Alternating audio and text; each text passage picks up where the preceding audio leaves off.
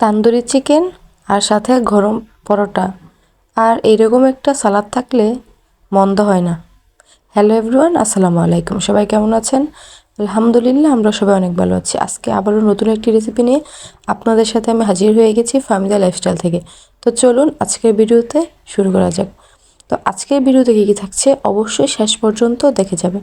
এই যে প্রথমে আমি তান্দুরি চিকেন যেহেতু বানাবো, এই মাংস কেটে রেডি করে নিয়েছি। এখানে আমি গরু দুধ দিয়েছি, তারপর হচ্ছে অল্প একটু মরিচের গুঁড়া দিয়েছি, হলুদের গুঁড়া দিয়েছি, লবণ দিয়েছি, ধনিয়া দিয়েছি, জিরা গুঁড়া দিয়েছি। তারপর হচ্ছে এখানে আমি 2 চামচের মতো সরিষা বাটা দিয়ে দিয়েছি। তারপরে হচ্ছে আমি এখানে আদা রসুন পেস্ট দিব, একটু লেবুর রস দিব, একটা ডিম দিব, দিয়ে ভালো করে আমি এটা মেখে নেব। এটা কিন্তু আধা ঘন্টা রেস্টে রেখে দিব আমি। আপনারা যদি হাতে সময় থাকে তাহলে অবশ্যই 1 ঘন্টা বা 1.5 ঘন্টা রেখে দিতে পারেন, তাতে আরও টেস্টটা খুব বাড়বে। তো অবশ্যই ফুল ভিডিওটা শেষ পর্যন্ত দেখবেন কীরকম হয়েছে আজকের রেসিপিটা। তো চলুন দেখা যাক। এই যে আমি এখানে দুই মুখার মতো সয়া সস দিয়েছি। তারপরে এখানে হচ্ছে আমি প্রায় 3-4 চামচের মতো আমি টমেটো সসটা দিয়েছি। আপনারা চাইলে চিলি সসও দিতে পারেন, আমার বাসায় ছিল না তাই আমি দিতে পারিনি। তবে এটা আমার কাছে মনে হয় ঘরোয়াভাবে রান্না করলেই বেশি মজা। তো এই যে আমি এখন ভালো করে মেখে নিব, আর ভালো করে অবশ্যই মাখতে হবে। তো ফিরে আসছি কয়েক মিনিট পর। তো এই যে আমার মাখা প্রায় শেষ। আমার প্রায় আধা ঘন্টার উপরে আমি রেখে দিয়েছিলাম, 40 মিনিটের মতো। তারপরে করে আমি ফ্রাই প্যান দিয়ে দিয়েছি। ফ্রাই প্যান দিয়ে আমি এখানে হালকা একটু, ওই রকম পরিমাণে তেল দিইনি, আমি 2-3 চা চামচের মতো তেল দিয়েছি। এখন আমি মাংসগুলো যে ম্যারিনেট করে রেখেছিলাম ওইগুলো আস্তে আস্তে দিয়ে দিব।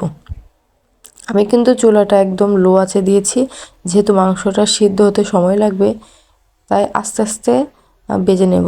পুড়ে ফেললে কিন্তু হবে না, এটা আস্তে আস্তে ভাজতে হবে। তো এই যে আমি আস্তে আস্তে দিয়ে দিচ্ছি।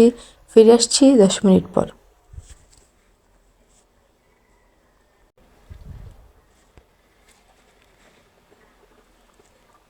অবশ্যই যদি আমার ভিডিওটি ভালো লেগে থাকে লাইক কমেন্ট শেয়ার করবেন, আর সুন্দর একটি কমেন্ট করে দিবেন। আপনাদের সুন্দর কমেন্ট আমাকে সামনের দিকে এগিয়ে যাওয়ার উৎসাহ করে। এই যে আমি আস্তে আস্তে সবগুলো মাংস দিয়ে দিচ্ছি ভালো করে। আমি একদম মিডিয়াম লোতে রেখে দিয়েছিলাম। এই যে এখন আমি ওই পাশ হয়ে গেছে তাই আমি উল্টে দিচ্ছি ভালো করে। আর অনেকক্ষণ সময় নিয়ে এটা কিন্তু আস্তে আস্তে ভাজতে হবে, নাহলে কিন্তু খাওয়া যাবে না। তো এই যে আমি সুন্দর করে ভেজে নিচ্ছি। আর এখন আপনাদের সাথে শেয়ার করব একটি মজার সালাদ। এই সালাদটা কিন্তু খেতে খুবই মজা, রেস্টুরেন্টের স্টাইলে করব সালাদটা। এই যে আমার রেস্টুরেন্টের স্টাইলের সালাদ, এই সালাদটা কিন্তু সবচেয়ে বেশি মজা হয়েছিল খেতে। দেখতে কেমন হয়েছে বলেন তো? লুকটা যেমন ইয়াম্মি, খেতেও কিন্তু খুব ইয়াম্মি হয়েছে।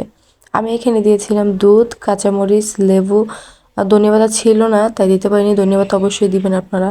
আমি এগুলো বেটে তারপরে দিয়েছিলাম, সাথে লেবুর রসও দিয়েছিলাম, দিয়ে মেখে নিয়েছিলাম। তারপরে এই যে দেখেন আমার ফাইনাল লুকটা কেমন হয়েছে। আমি পরোটা বানিয়ে নিয়েছিলাম, সাথে তেলে ভাজা পরোটা, আর সাথে গরম গরম তান্দুরি চিকেন, সাথে এই মজাদার সালাদ। অবশ্যই যদি আজকে আমার ভিডিওটা ভালো লেগে থাকে লাইক কমেন্ট শেয়ার করবেন, আর কেমন হয়েছে অবশ্যই কমেন্টে জানাবেন। আল্লাহ হাফেজ সবাইকে, সবাই ভালো থাকবেন।